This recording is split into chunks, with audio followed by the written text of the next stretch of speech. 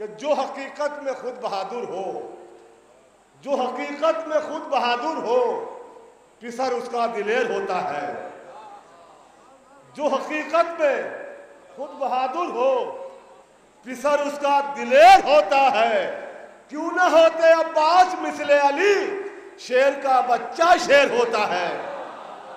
क्यों न होते अब्बास मिसले अली, शेर का बच्चा शेर होता है। एक बच्चा हमारे दरमियान में भी है। कुछ चीज़ें ऐसी होती हैं जो विरसे में मिलती हैं, वो यहाँ भी आपको देखने को मिलेगा।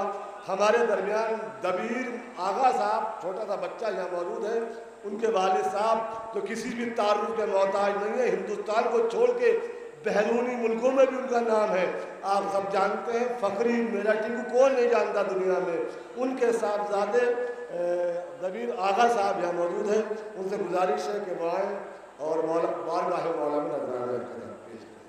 दबीर बच्चा पढ़ा, बच्चा पढ़ा, बच्चा